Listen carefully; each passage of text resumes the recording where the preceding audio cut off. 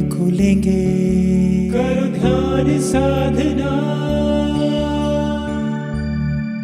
आइए सुनते हैं आज की कहानी महर्षि दधीची की कथा। हमारी प्राचीन ऐतिहासिक पुस्तक महाभारत में लिखा है, अच्छे प्रकार वेद पढ़कर भी जो वेदों के द्वारा जानने योग्य परमात्मा को नहीं जान पाता, वो मूर्ख व्यक्ति केवल वेदों का बोझ ढोने वाले के समान है।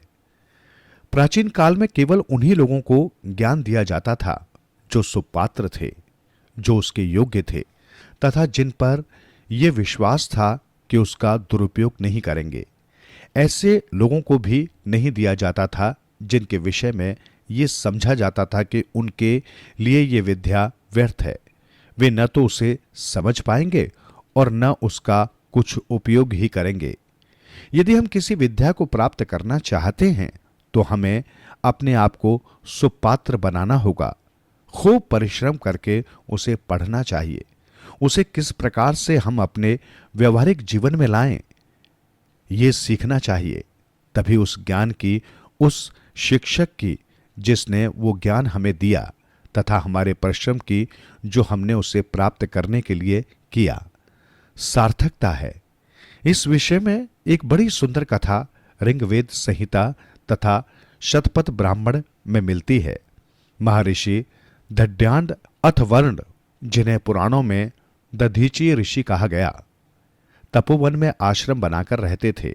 वे सदा अपनी तपस्या में लीन रहते तथा सुयोग्य छात्रों को विद्यादान किया करते थे। उन्हें मधु विद्या नाम की एक गुप्त एवं रहस्यमय विद्या का ज्ञान था, जिसे वे बहुत देखभाल कर ही किसी को देते थे, क्योंकि उन्हें यह ज्ञात था कि यदि किसी अनधिकारी को उस विद्या को दे दिया तो वो व्यर्थ हो जाएगी ही। उन्हें भी इसके दोष का भागी होना पड़ेगा। एक बार देवराज इंद्र उनके तपोवन में अतिथि बनकर पहुंच गए और महर्षि से बोले, मैं आपके यहां अतिथि बनकर आया हूं, आप मेरी इच्छा को पूरा कीजिए। महर्षि ने बहुत पूछा, आप कौन हैं? लेकिन इंद्र ने कहा, पहले आप ये वचन दीजिए कि आप अपने अतिथि की इच्छा पूरी करेंगे। उस समय के रिवाज के अनुसार अतिथि की इच्छा को पूर्ण करना प्रत्येक गृहस्थ का धर्म था। महर्षि ने तब वादा किया, अतिथि जैसा चाहेगा वैसा ही होगा। तब देवराज इंद्र ने बताया कि वे इंद्र हैं तथा मधु विद्या सीखने के इच्छुक है। महर्षि बहुत पछताए, क्योंकि वे इंद्र को उस विद्या के योग्य नहीं समझते थे। इंद्र तो स्वर्ग के भोगों के राजा थे, वहां तो भोगों की इंतहा थी। राजा इंद्र हर समय या तो अप्सराओं के नाचगान में व्यस्त रहते थे या फिर इस चिंता में लगे रहते थे कि कोई तपस्वी इतनी अधिक तपस्या न कर ले कि उनका सिंहासन ही छीन ले। वे अप्सराओं को भेजकर उनकी तपस्या भंग कर देते थे, जैसा कि उन्होंने मेनका नाम की अप्सरा को भेजकर विश्वामित्र की तपस्या भंग कर दी थी। ये साधु पुरुषों का काम थोड़े ही है। वे युद्ध प्रिय भी थे, प्राय अपने वज्र का उपयोग अपने शत्रुओं का सिर फोड़ने में करते रहते थे। लेकिन अब क्या हो सकता था?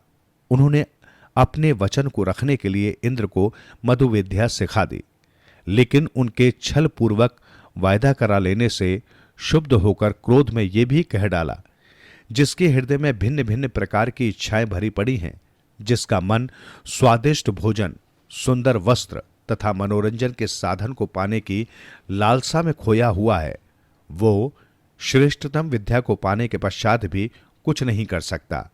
ऐसा व्यक्ति चाहे स्वर्ग का राजा देवराज इंद्र हो या संसार का एक निकृष्ट कुत्ता, दोनों में कोई अंतर नहीं है। इसलिए भोगों के रास्ते को छोड़कर कल्याण के रास्ते को अपनाइए, सन्मार्ग पर चलिए, अच्छे गुणों को अपनाइए, दूसरों के हित में अपने जीवन को लगा दीजिए। देवराज को यह सुनकर कि महर्षि ने उनकी तुलना एक कुत्ते से की, बड़ा क्रोध आया, लेकिन यह सोचकर कि उन्होंने उन्हें मधु विद्या भी सिखाई है तथा इस अर्थ से वे उनके गुरु हैं, अपने क्रोध को पी गए और बोले, अब यदि आपने इस विद्या को किसी और को सिखाया तो आपका सिर धड़ से अलग हो जाएगा। महर्षि ने चुपचाप इस शाप को सुन लिया और इंद्र के जाने के पश्चात अपनी नियमित जीवन प्रणाली में लग गए। उनके मन पर इसका कोई प्रभाव नहीं पड़ा। उनका मन स्थिर एवं शांत रहा। कुछ दिनों पश्चात वैदिक काल के प्रसिद्ध वैद्य अश्वनी कुमार, जो 2 जुड़वा भाई थे, उनके पास आए और कहने लगे, हमारा सारा जीवन परोपकार के लिए है। हमने न जाने कितने पीड़ित व्यक्तियों के कष्टों को दूर किया है। हमारे इलाज से पगु व्यक्ति चलने लगे हैं, अंधों को दिखाई देने लगा है तथा अनेक दुर्बल तथा रोगी व्यक्तियों को सबल तथा निरोगी किया है।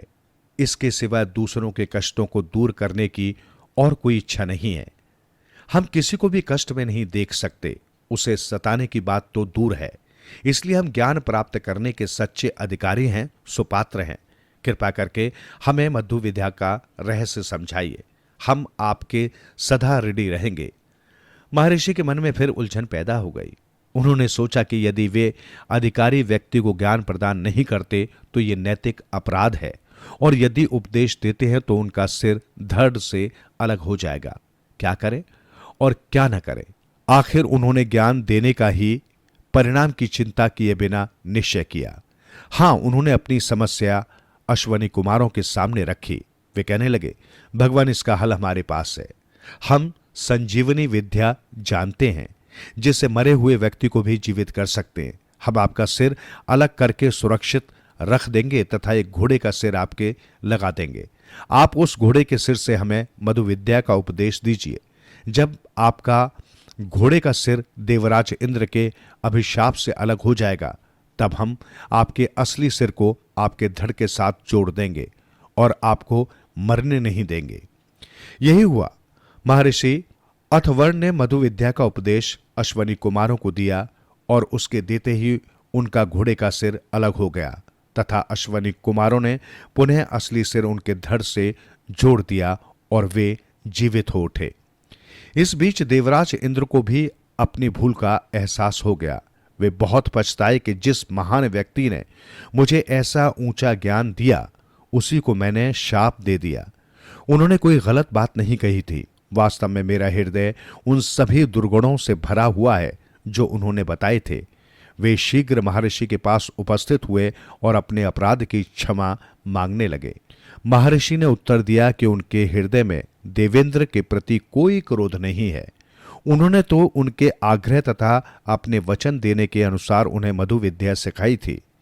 देवराज ने जो कुछ भी कहा अथवा किया, वे उसे भूल चुके हैं। उन्होंने आगे कहा, आपके हृदय में अभिमान है, इसलिए आप ज्ञान प्राप्त करके भी उससे लाभ नहीं उठा सकते। ज्ञानवान व्यक्ति के लिए विनम्र होना आवश्यक है। मैंने आपकी परीक्षा लेने के लिए ही कड़वी बातें कही थी और आप उसमें असफल रहे। अब आपने भूल का पश्चाताप कर लिया है, इसलिए आप अपराधी नहीं हैं। मेरा घोड़े का सिर एक जलाशय में छिपा हुआ है। यदि आपका उससे कोई कार्य सिद्ध होता है तो उसे निकालकर प्रयोग में लाएं। कहते हैं कि देवराज इंद्र ने उस सिर को निकालकर उससे और अधिक ज्ञान प्राप्त किया, जिससे वे विभिन्न प्रकार के अस्त्र शस्त्र तैयार कर सके और देवताओं के शत्रुओं को पराजित कर सके। इस प्रकार ये कथा विशेष रूप से इस बात पर प्रकाश डालती है कि ज्ञान की प्रशंसा तथा महत्व उसी में है कि वो किसी योग्य एवं अधिकारी व्यक्ति को ही दिया जाए। अयोग्य व्यक्ति के लिए तो वो बेकार है तथा वो उसका दुरुपयोग ही करेगा। प्राचीन ऋषि, महर्षि तथा विद्वान व्यक्ति ये बात अच्छे से समझते थे कि उनका ज्ञान, उनकी नई खोज, नए विचार उनके साथ ही नष्ट हो जाएं, बजाय इसके कि वे दुष्ट व्यक्तियों के हाथों में न पड़े। इसलिए तो कहते हैं कि यदि उस तरह किसी बंदर के हाथ में पड़ गया तो वो अपनी नाक भी काट लेगा और दूसरों को भी काट देगा।